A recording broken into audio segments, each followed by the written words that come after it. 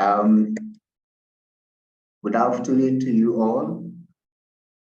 My name is Emmanuel Kojo-Mensah, and I'm going to be the host for today's webinar on understanding the role of men and boys in preventing and reducing violence against women and building gender equality.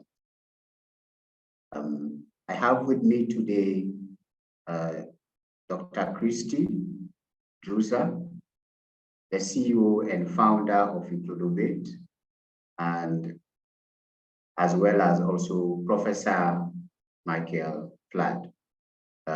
He's a professor at Queensland University of Technology, specifically at the Faculty of Creative Industries, Education, and Social Justice.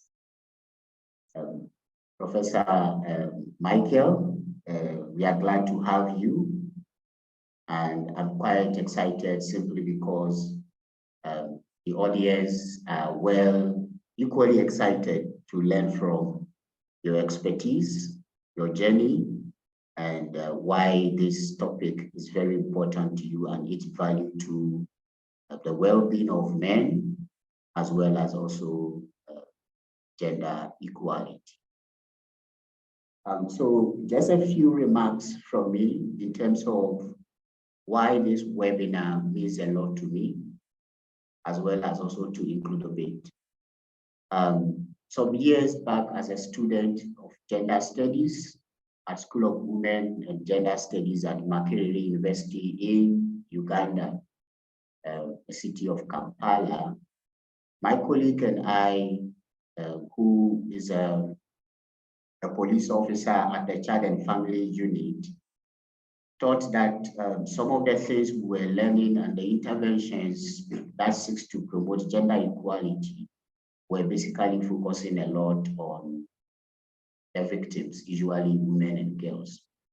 And so it became important for us to look beyond what we can do to ensure that men who are mainly the principal perpetrators of violence, or they have the power to reinforce things that lead to gender equality, are also able not to unlearn, but to be able to work together for us to achieve gender equality. And so getting to connect with Michael on LinkedIn, and then today we are here, that really shows that this is an important topic, and the decisions that we made some years back is worth it. So in terms of why we have these webinars as Includovate, is the fact that we are a global multidisciplinary social enterprise, and we are dedicated to issues of empowering women and girls, marginalized communities, as well as those that are excluded. Aligned to our vision and mission is that we are working towards incubating transformative and inclusive solutions, including studying and changing discriminatory norms that leads to inequality and injustice. And we have a strong following in the Global South. And so by offering these free topical webinars with experts like Michael, we share the knowledge that our audience would not normally have access to it. So this is why these webinars are quite important to us. So now let me jump to give some details of our esteemed guest today. And I want to start with Dr. Kristie Drucza, who is not here. She's going to join any moment from now. So just look out for her whilst I keep the discussion going with Mike. So she is a feminist, diversity, and inclusion. And she's a champion who is interested in solving poverty and inequality through social policy, institutional strengthening, problem-driven analysis, and partnership. And she's a visionary and a passionate researcher with over 17 years of experience in research for development field. And she started Includovate to decolonize research because she believes that the knowledge creation needs to be locally led, and it should involve people from low-income countries to make the solutions more sustainable.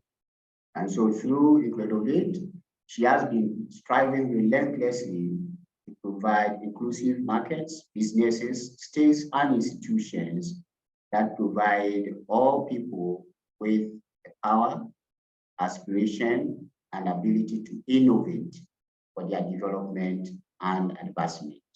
And in terms of education, she holds a bachelor's in social science, master's in applied anthropology, and a PhD in social inclusion and protection.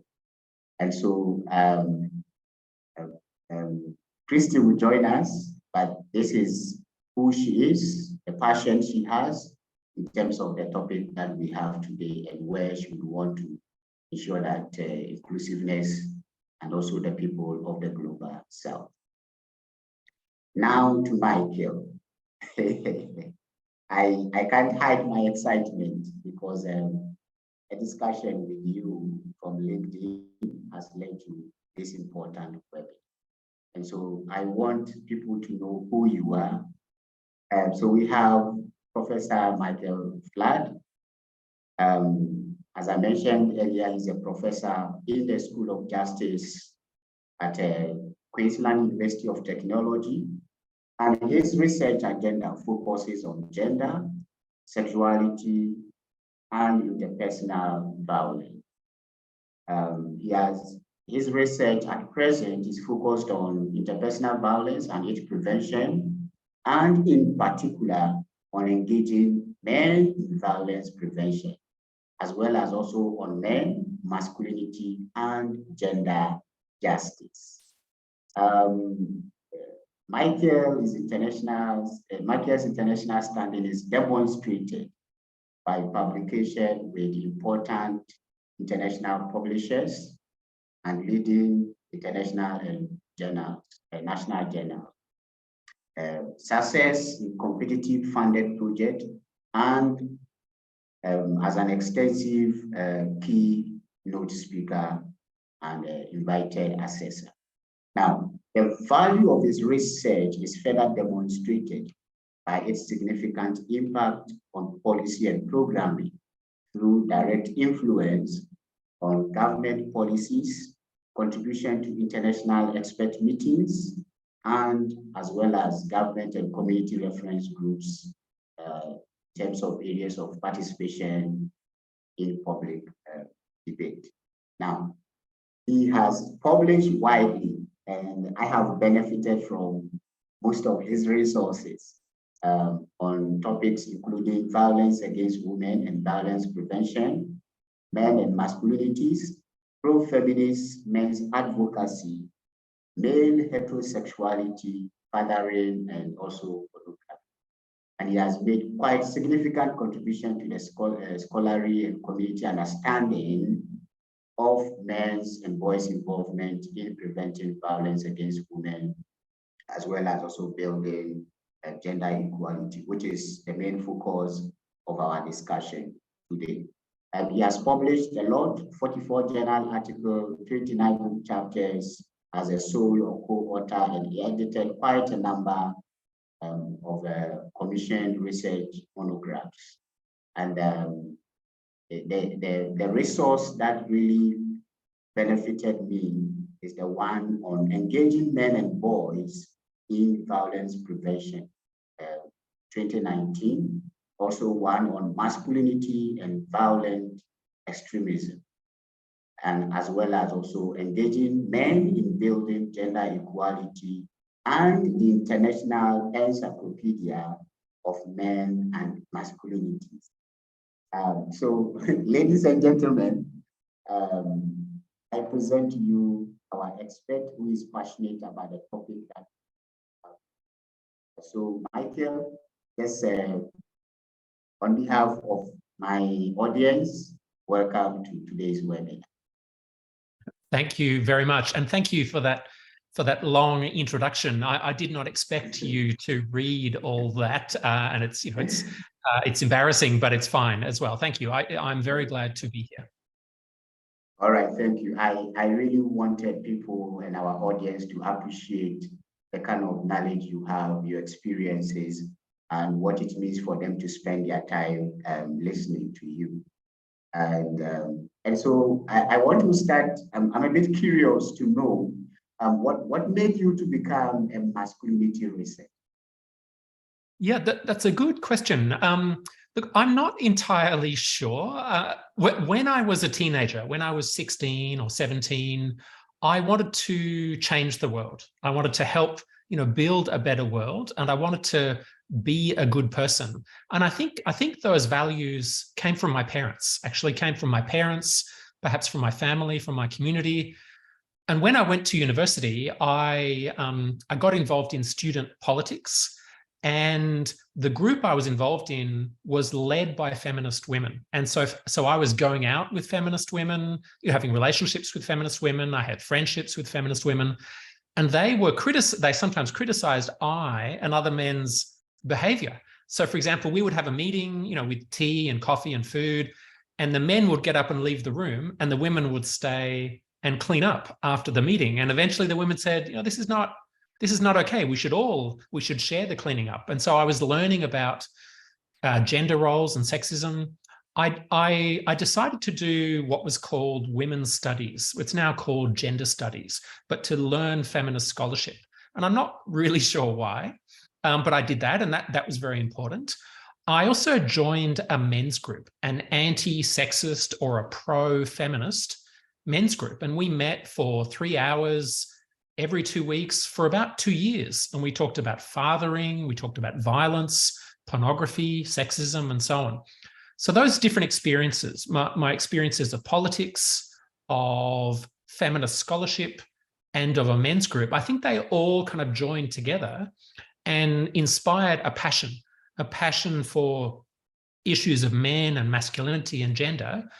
And I've had that passion ever since, as an academic, as an educator, and so on. Yeah.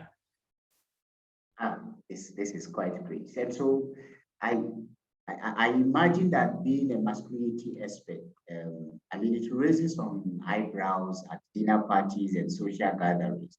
What is the strongest response you've received? The strangest response, did you say? The strangest response? The strangest response you received. I've sometimes, it's interesting. In Australia, I think it's becoming slightly more common, slightly more normal for there to be some men who speak about men and masculinity and gender and so on. But when I started to do this work, perhaps 30 years ago, that was relatively uncommon. And I sometimes faced two very different types of reactions, particularly from women.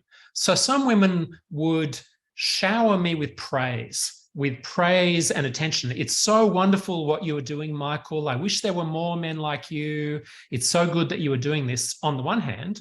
On the other hand, some women would say, what are you doing here? Who are you? They would feel suspicious, distrustful, and so on. But that was less common than the praise. I've sometimes had women say, oh, do you do work on men and masculinities? Please, can you explain men to me? I don't understand men. So I get women ask, please, can you explain men to me? I find men very confusing or very strange. And some men too react sometimes with discomfort or hostility. But in general, I think people are very interested. People are very interested to know, what is happening among men in Australia or among men in other countries? How are men's lives changing? And so, often the reactions I get are positive or at least interested reactions. All right.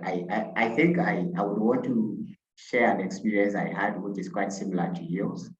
I once joined the Twitter spaces where it was full of feminists, mostly females. And I mentioned the fact that it's important for us to engage men and boys we're talking about. And I was told, no, we can't give you this space because this is already a small space where we are in as women, and that you better go and let your fellow men learn from you why you think it is important to, to work with men. So I can resonate with that. And that leads me for me to ask you in terms of can I just say, Emmanuel, I think that's an understandable concern. You know, often women's rights and women's groups and organizations have very little money, very little funding.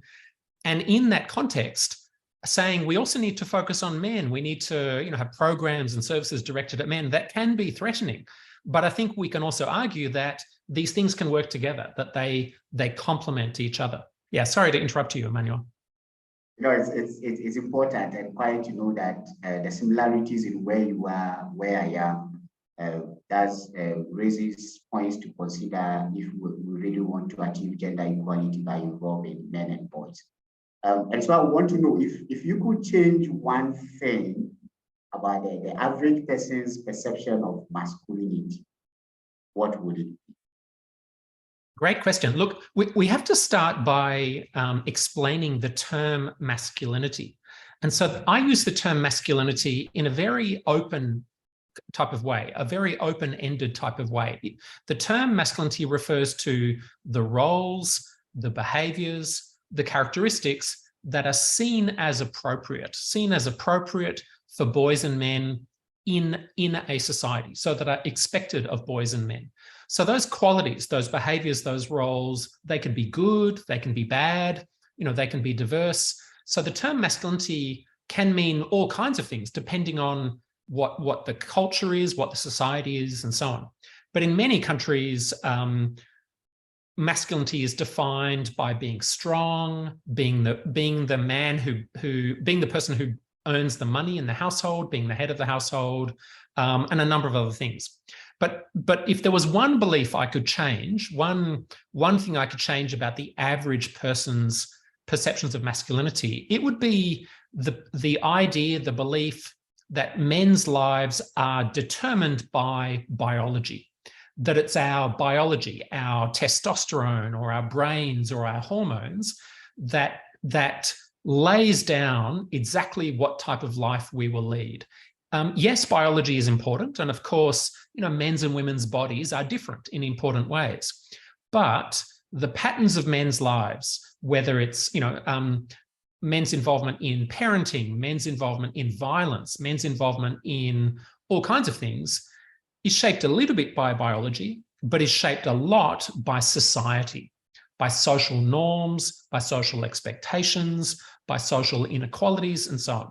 So that is the belief I would change, the belief that men's lives and men's behavior is hardwired, is laid down in concrete, laid down by biology. I would try to change that belief. All right, thank you. And I believe that our listeners will equally work together with us to change some of these perceptions. And so what are the key masculinity trends that we can expect to see in the next 5 years? Wow, that's a hard question. That's a good question. Look, I think that we will see contradictory trends. I think that we will see trends going different ways in the one country, and across the world, we will also see different trends in different directions. So one trend is that in many countries, I think we will continue to see growing acceptance of gender equality, a growing belief in a norm, a kind of democratic norm of gender equality, that men and women should have the same rights, the same opportunities, the same responsibilities. And so I think some traditional and patriarchal norms of masculinity, the norm that men should be in control, men should be strong, men should be dominant in relationships and families, I think we will see that decline in many countries. I think we will also see a growing acceptance of sexual diversity, a growing acceptance of homosexuality, perhaps. I think we'll see a growing criticism of violence. The idea that a real man uses violence, a real man should use violence when he is pushed by another man, or when his wife or his girlfriend doesn't do what he says. The idea that he can and should use violence against his wife, against another man, I think that idea will also decline in many cultures and countries. So I think we will see some positive trends, but I think we will also potentially see some negative trends as well, maybe in some countries, in some cultures. And I think, for example, we may see among some groups of young men in some countries a growing sexism, a growing kind of hostility and sexism towards women that I think they are learning online. They are learning online in online communities, that some boys and young men are learning through pornography and so on. I think we will also see some backlash, some pushing back against women's rights, against feminism. And I think that will be much stronger in some countries than others. And so there are some countries in Europe, maybe some countries in Africa and elsewhere, where I think things are going backwards, where there is not progress towards gender equality, things are being pushed backwards. And I think that will also shape men's lives in some troubling ways. All right, thank you for this. I want to encourage our audience to put in questions. I see a lot of them coming, and Michael is going to respond to them. So at this point, I would want to bring in our audience just to kind of try to share some information and test their observation when it comes to issues of gender-based violence globally, and also some context specific. So we are going to run a poll, and then we will look at the responses and have a few discussion around that as we get to dive deeper into the primary topic of our webinar today. So please get the poll out, and then let's get to see what our audience think. And then Michael, we can have some few minutes to react to that, and we dive deeper into the topic.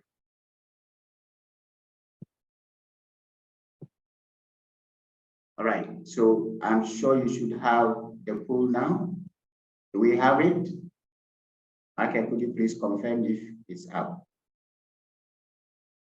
Okay. Yes, it's so yeah, a poll on homicide is up. Yes, please. So we have question 1.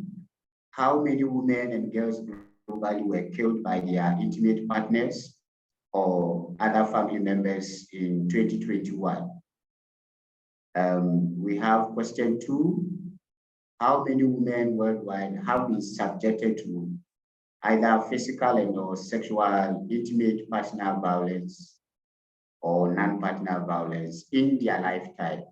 I think the keyword is in their lifetime. And then the third question is, what percentage of Ugandan women and girls have experienced physical or sexual violence, or both, by partners or non-partners since the age of 50?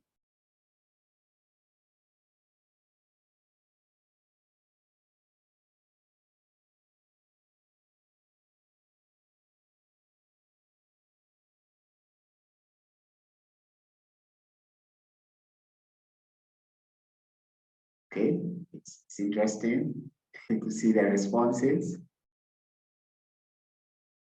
Okay, still some few more, and then we look at the results and have a few reactions. Okay, so let me end it, and then we see.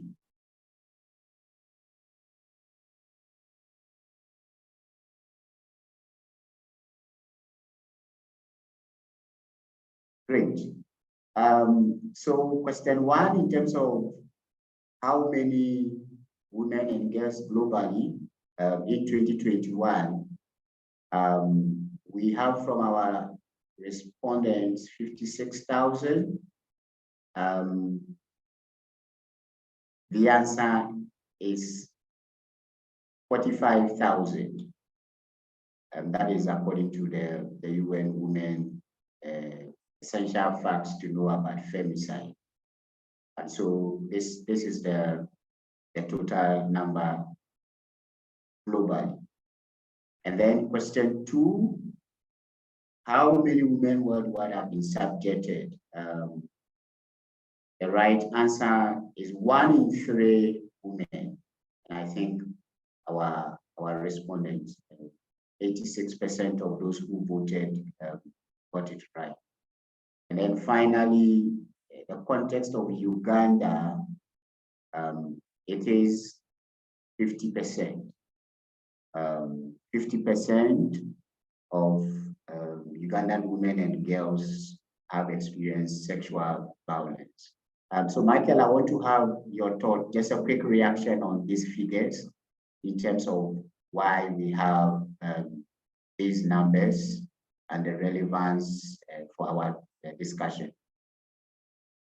Yeah, look, the numbers tell us that really that men's violence against women and girls is at epidemic levels in countries across the world, that it's not an isolated problem. And I sometimes see out in the community the kind of belief that some people hold, the kind of comforting belief that domestic and sexual violence are rare and committed by only a very small number of kind of mad, bad men. But the evidence tells us that that's not true, that in fact, large numbers of women and girls, 1 in 3, 1 in 5, 1 in 2 in some countries, have experienced at least some forms of domestic and sexual violence, largely by men and boys.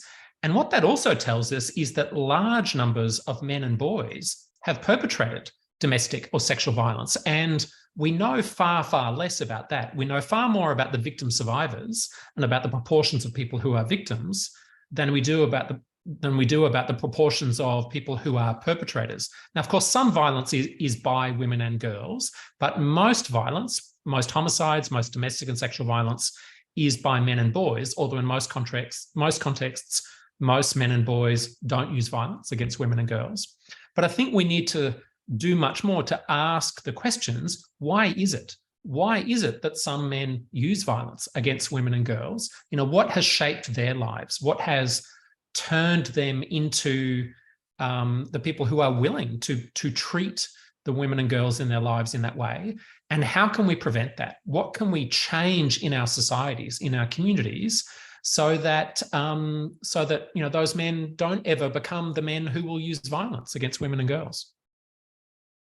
All right, thank you. And I think you've just started answering a question that I want to follow up with. And so what role can men play in preventing and ending violence against women?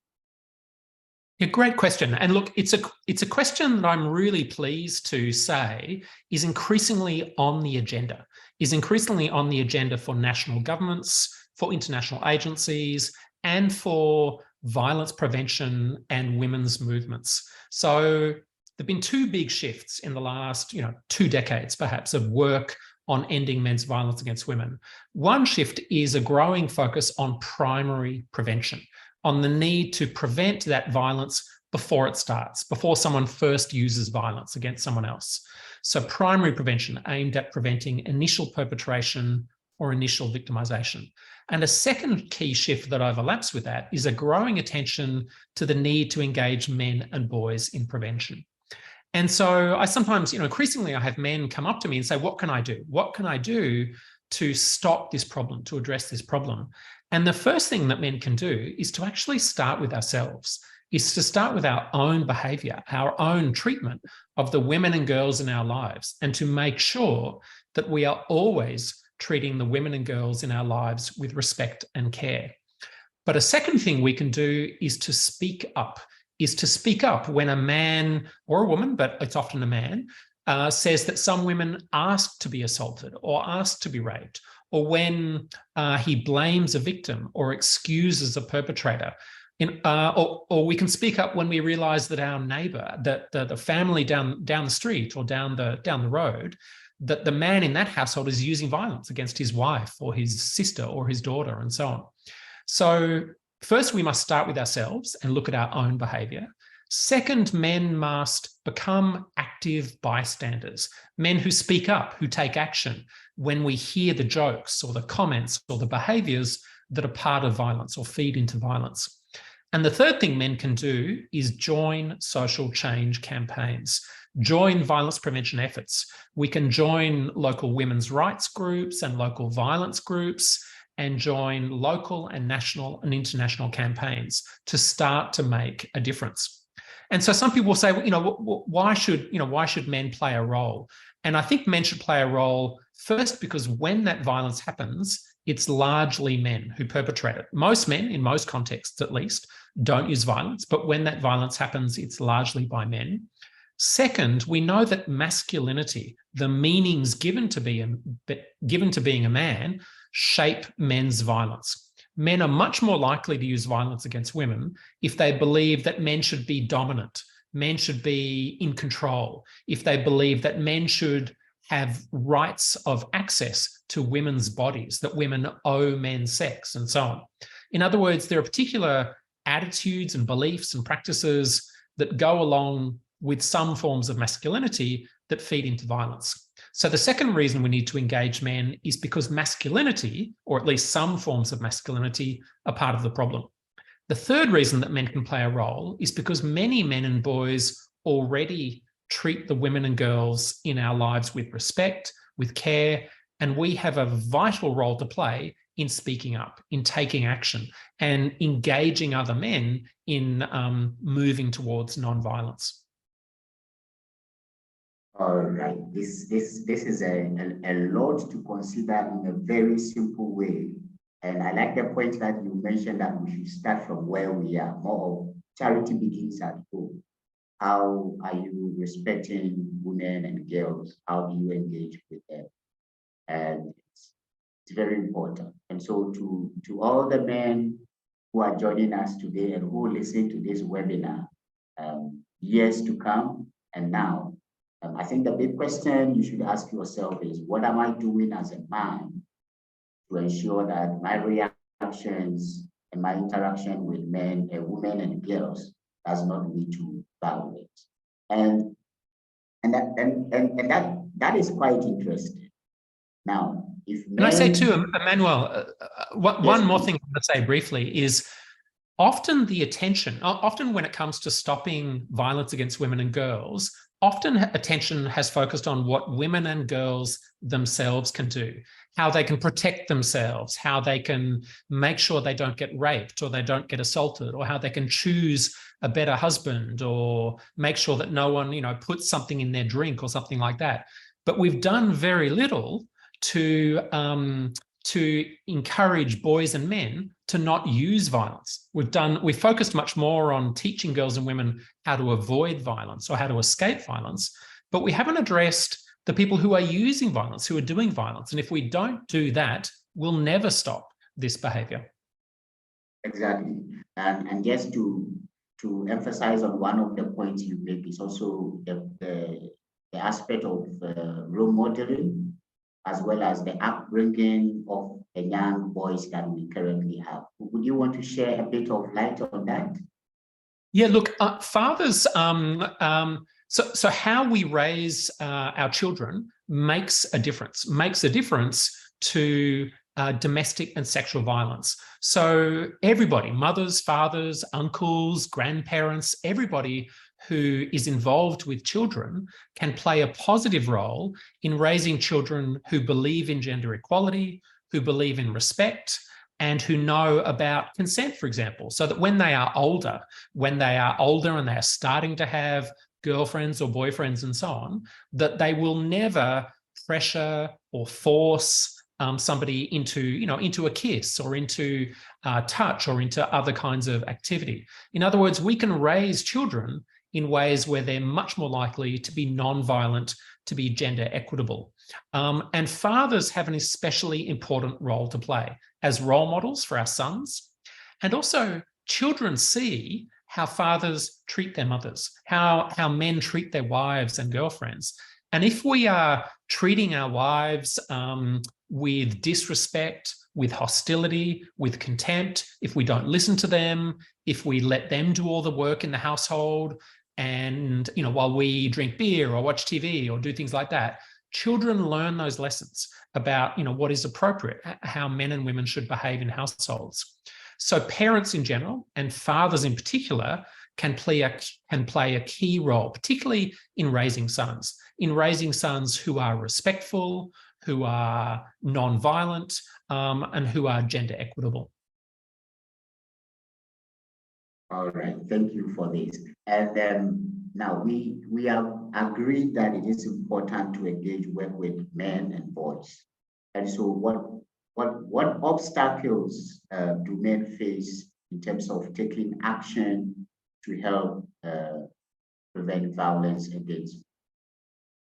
Yeah, look, I think lots of men in the community, certainly in Australia, perhaps in countries in, South Asia and Africa and so on. I think many men think, violence against women is bad. It's not okay. It shouldn't happen. But what's it got to do with me? How is this an issue for me? And I think many men struggle to see how the issue of violence against women is an issue that's relevant for them. I think that's one barrier. I think another barrier is that men in general have poorer understandings of violence against women than women do. Men tend to have a narrower understanding of what counts as sexual violence, what counts as domestic violence. We're more likely to blame the victim. We're more likely to excuse the perpetrator. Another factor is that many men, while we may personally think, that violence is not okay, you shouldn't behave like that to your wife or your girlfriend or to another woman, we assume that we are the only one who thinks that. Men overestimate other men's support for violence or other men's sexism. Some men, have a good idea that violence against women is not okay, it's not acceptable, but they don't know what to say. So another barrier for some men is they don't know how to respond when they're talking to a man and he makes a joke about rape or a joke about domestic violence, or they know that he is behaving badly towards his wife or his girlfriend or another woman. And so the final reason why some men don't get involved is we don't know how. We want to get involved, but we don't know how. We don't have the knowledge or the skills in what to say. What to say when we realize the woman in the house next door is living with violence, or what to say when our uncle or our brother is behaving in a harassing or an abusive way to the women around him. So they are some of the barriers that stop men from taking action. All right, thank you. I'm going to share one of the barriers I've been facing as as someone who is engaging men. But then you hinted on it, but I want you to give us some more details in terms of how then do we make the case to men. I mean, the issue of violence against women is relevant to them. Yeah, look, great question. And I think in my book, I've written a book called Engaging Men and Boys in Violence Prevention, and I don't want to sell it to you. I want to give it to you. So free. So in the chat, I put in a link to the book, and there is a PDF copy of the book free. You can get it free as an electronic PDF, but you can also buy the book if you want to buy the book. And chapter 5 of that book, I think I still really like chapter 5 because it spells out how to make the case to men and boys, how to persuade men and boys that this is an issue that is important for them. And one way to do that is to appeal to men's care and concern for the women and girls in their own lives, is to make them realize that many of the women and girls they know that they care about have suffered violence, have suffered harassment, have suffered abuse, and so on. So that's one thing to do, is to appeal to men's care for the women and girls around them. But we can't only do that because we don't want men to care only about their wife or their daughter or their sister. We want men to care about all women, about all women's and girls' rights. So a second thing we can do is appeal to values, appeal to the value of freedom, the value of safety, the value of being able to decide how you use your body and who can touch your body and things like that. A third thing we can do is show how men will benefit if we can make progress in ending domestic violence, in ending sexual violence, then men ourselves will benefit. We will benefit from more trusting, more equal, more open relationships with women and girls. We will benefit from lower levels of violence in our communities. We know those levels of violence cost our communities. They cost our communities in terms of money, in terms of work, in terms of hospital and healthcare, and so on. And we can also show men that men will also benefit from having more choices ourselves. If we can challenge the models of masculinity that feed into some men's violence, then men will have more choices. Men will have more choices to be involved fathers, to spend time with our children, to take up forms of work that men used not to take up, and so on. So they're just some of the ways that I think we can make the case to men and boys. We can kind of bring men along with this issue and show men that, that this is an issue that is personally relevant for them. All right. Thank you. I've gotten a few more wisdom, and I equally want to thank you for making the book free for people to have access to. I indicated earlier, I have benefited from it. And so I will encourage everyone, I mean, if you can pay for it, do that. If you can't, it's as well free for you to have access and then use it to support the kind of interventions that we are having now. At this point, I would want to have some of our audience to share their questions. You can put them in the chat. But I want to do something unusual on this webinar. Today, I want to have an open mic questions from two of my audience. I would prefer one for male and one for female, so that Michael can respond to the open mic question, two of them. However, I want to check the chat and see. Kindly send in your questions. And if you want to be part of the two open mic, please raise your hand, and then we shall admit you for you to ask your question. So let me check the chat. Manuel, I can see it. Sorry, Manuel, I can see a question in the chat from Ramya. I'm happy to answer that question while we're waiting for people to come up with questions. All right, please give it a go. Yeah, so Ramya asks about how about community workers or schools? How could they address this? And in fact, I think schools are one of the most important places where we can start to build healthy, non-violent forms of masculinity among boys and men. So, or a very important place where we can engage boys and young men in non-violence and gender equality. So in many countries, increasingly, part of schooling is content on healthy relationships or respectful relationships. And it's an effective violence prevention strategy. And it's often where violence prevention begins in many countries, primary prevention. So first you set up services for victims, and then you start to work in schools to try to build healthier attitudes and relationships among boys and girls and young men and young women. So schools have an important role to play. And in my book, I summarize the research on how to do that well. Community workers also, I think, can be very effective, but I won't keep talking. I'll see if there are questions. All right, thank you. There is a question, I think, Caroline, and she says she would disagree, I think, with the fact that in terms of what we are seeing is increasing in terms of increases in violence and toxic masculinity, reacting to the perception of women calling out men's behavior. What is your observation on this from Karen? Look, I think she's right, and I may have sounded much too positive, much too optimistic about trends in masculinity and gender. And certainly, I think Andrew Tate and other very sexist or very misogynist social media influencers are having a very damaging effect on boys and young men. And I was thinking of Andrew Tate and others when I referred to online communities and sexist online communities. And I think that one urgent task for us is to intervene in those communities to try to steer boys and men away from being radicalized, not radicalized into, you know, anti-Western terrorism, but being radicalized into anti-women terrorism.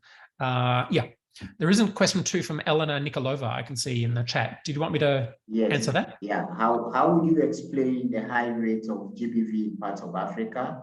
Do you think masculinities are the most relevant explanation here, or there are other factors such as colonialism as well? Look, I think it's both. And I think, for example, of my own country, there are very high rates of domestic and sexual violence in Indigenous communities or First Nation communities in Australia. So our rates of homicide among Aboriginal people are 35 times as high as among non-Aboriginal people. And patterns of gender roles and gender relations are part of the explanation, but so is colonialism. My country, like many countries, has a terrible history of European colonization, which broke apart families, which broke apart communities, and has led to long-standing patterns of poverty, of disadvantage, of mental health, and community violence. And all of those things now shape the high levels of violence against women and girls that are part of Indigenous communities in Australia.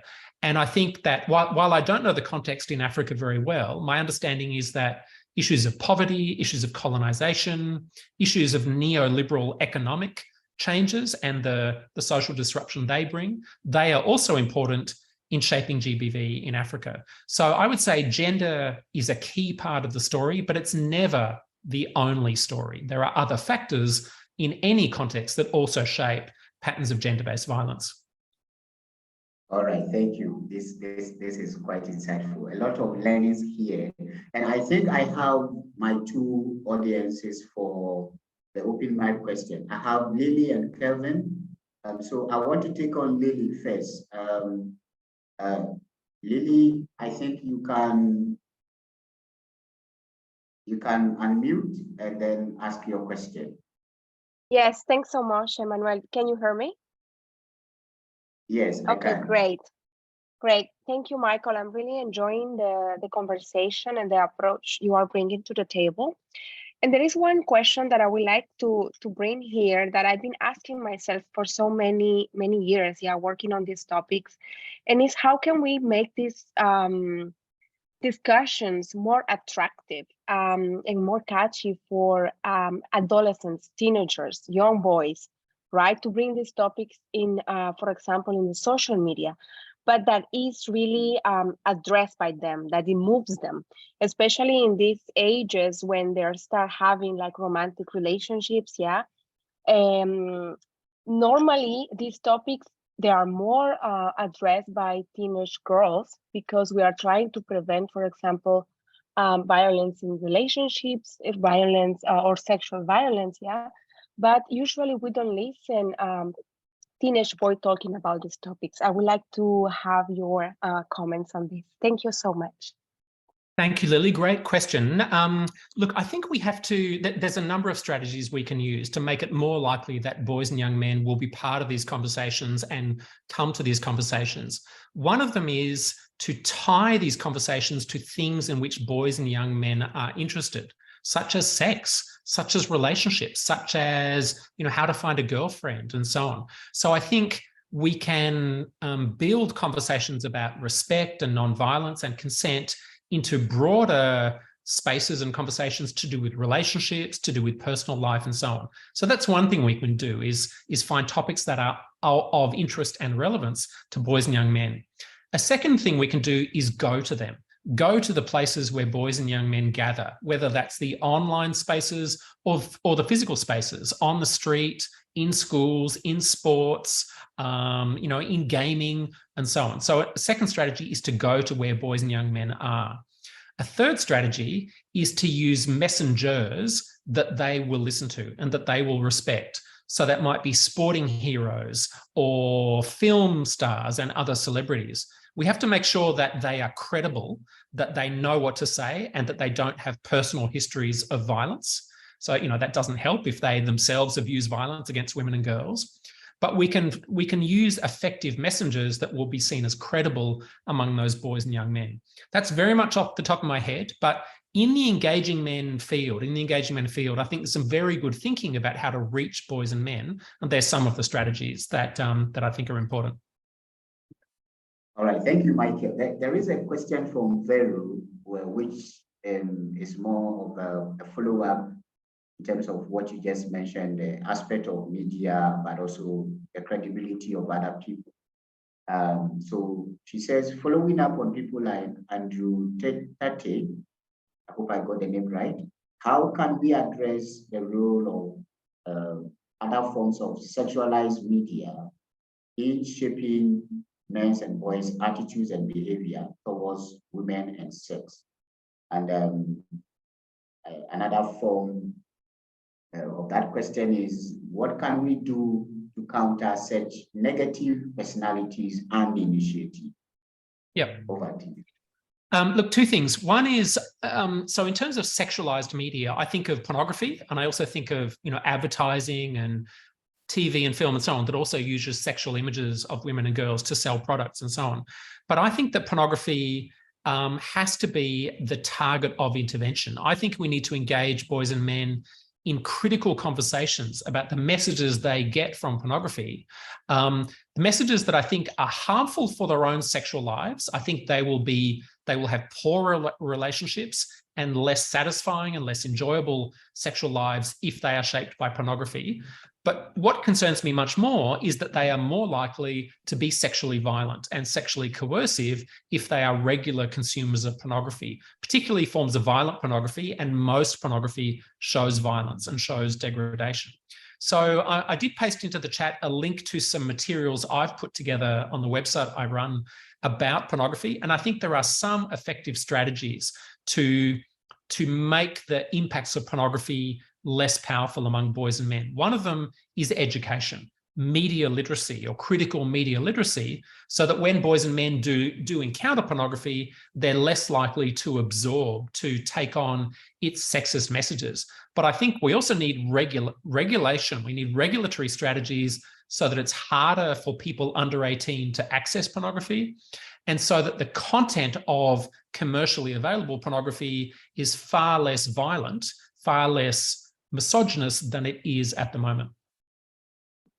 All right, thank you. And I think I want to bring in Kelvin Roberts for the last open mic question. Over to you, Thank Kelvin. you. And thank you, Michael, and everyone involved in this webinar. It's been fascinating, and I appreciate all the links. I'll try and put this quickly, but you talked earlier about masculinity and the concept of masculinity and positive aspects of masculinity. And I've always kind of struggled with this in a way as like, what's the benefit of gendering like positive behaviors? Aren't they just positive and, affirmative behaviors? Why are they sort of masculine or feminine? Shouldn't we just talk about, positive behaviors generally? Because I sort of like the idea of there being positive masculine traits, but whenever I think about it, I struggle to get to anything that's particularly masculine. Great question. And look, it's a live debate in the engaging men field. And look, I agree with you that there's no positive quality that I would want to encourage among boys and young men that I wouldn't also want to encourage among girls and young women. And so, well, why talk about healthy masculinity or positive masculinity?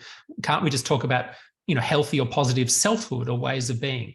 But I think there is a pragmatic argument, a strategic argument for talking about healthy masculinity. And that is many boys and men at the moment feel invested in being a man, in being seen as a man and identifying as a man and being kind of properly perceived as a man, particularly by male peers.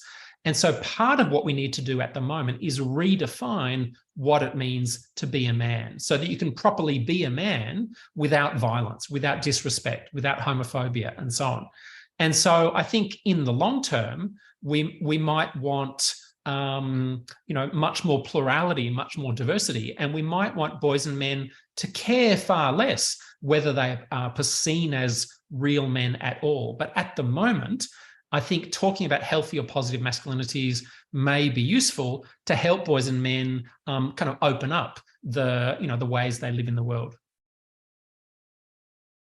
These have been great questions, but in a follow-up to the question from Kevin, I would want you to share your thoughts on then why is it so hard to reduce toxic masculinity? Why is it so hard to reduce toxic masculinity? Because it's embedded in our culture. So if we use the term toxic masculinity for one particular version of masculinity based on domination, on sexism, on disrespect, on homophobia, on unrelenting toughness and so on, that version of masculinity is bad for men, it's limiting for boys and men, and it's oppressive and dangerous for women and girls. But it's hard to shift because it's embedded in our culture. It's embedded in media and TV and film and so on. It is sometimes actively encouraged by sporting coaches or religious leaders or political leaders. It is embedded in the structures of our society, in paid work, in law and policy, in the way that many institutions work, institutions of work, of police, of the military, of sport, and so on. So once we recognize that gender involves sets of social norms, sets of behaviors, but also social structures, patterns of structural and institutional inequality, then of course it's hard to change. It's hard to change something that is embedded in so many ways in different levels of society, but it's not impossible. And if we look at the last 100 years in many countries, we see very significant forms of change that have been generated by the women's movements, by other social movements, and by other forms of social and economic and political change. So while it's hard to shift sexist or toxic masculinity, it's definitely not impossible. And the more of us that work on it, the more change we will make. All right, thank you very much.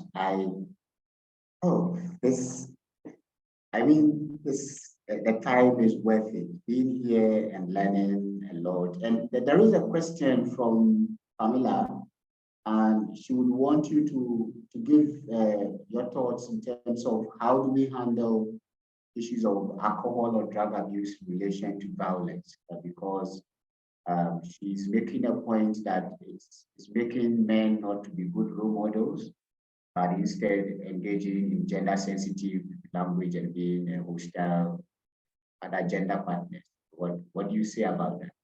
Yeah, good question. So alcohol and drug abuse are problems in themselves. They cause health problems, they cause community problems, but they're also problems because they can feed into domestic and sexual violence. They don't cause someone to be violent.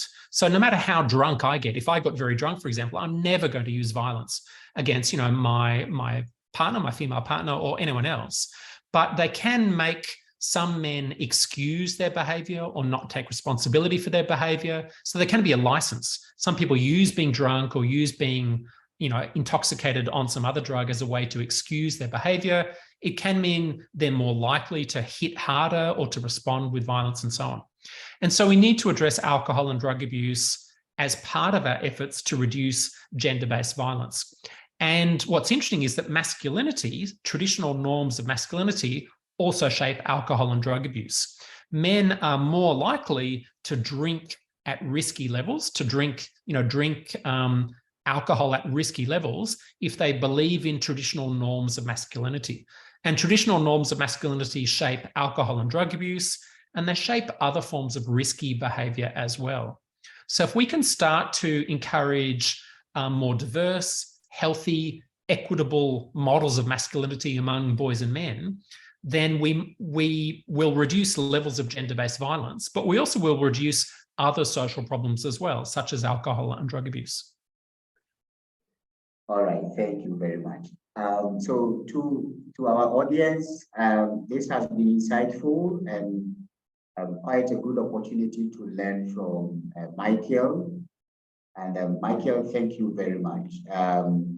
Just for our audience, to help us to get better in terms of what kind of interesting topics and discussions that we need to have, we are going to have a poll that will let you respond to some areas that you think will be useful for us to consider in our next webinar. Now to Michael, I would want you to give your your final word in terms of this discussion we've had, understanding men and boys, the value in engaging them, but also mindful of some of the issues of challenges that we have. What is your last parting shots for this discussion? And also, what recommendations will you give to help us keep this discussion going, that each of us will play our own role to be able to achieve gender equality, but also to help men and boys have a healthy mindset and well-being? Over to you.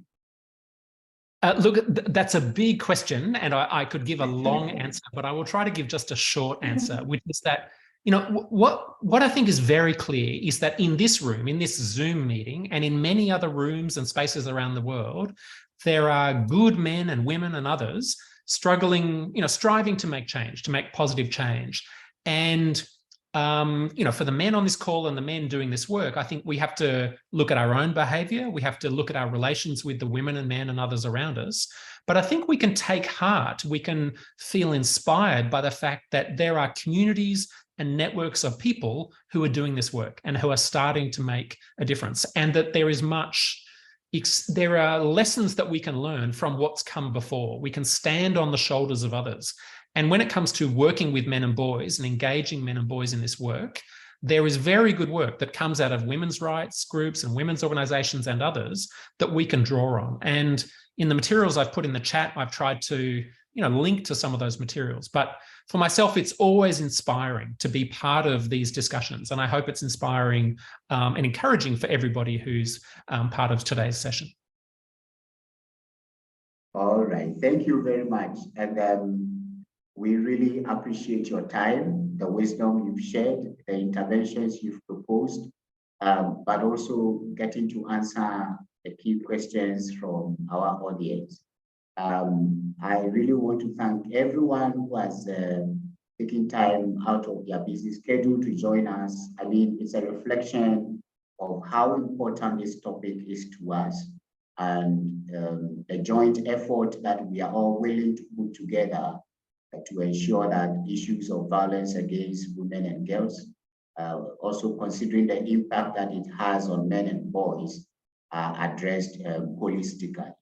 I would encourage our audience to follow Includovate on LinkedIn and other social media, because we have quite insightful, educative, and informative webinars that we are going to share. We'll keep bringing on board people with the right expertise and knowledge to be able to share their thoughts on some of these topical issues, especially for those that under normal circumstances will not have access to them.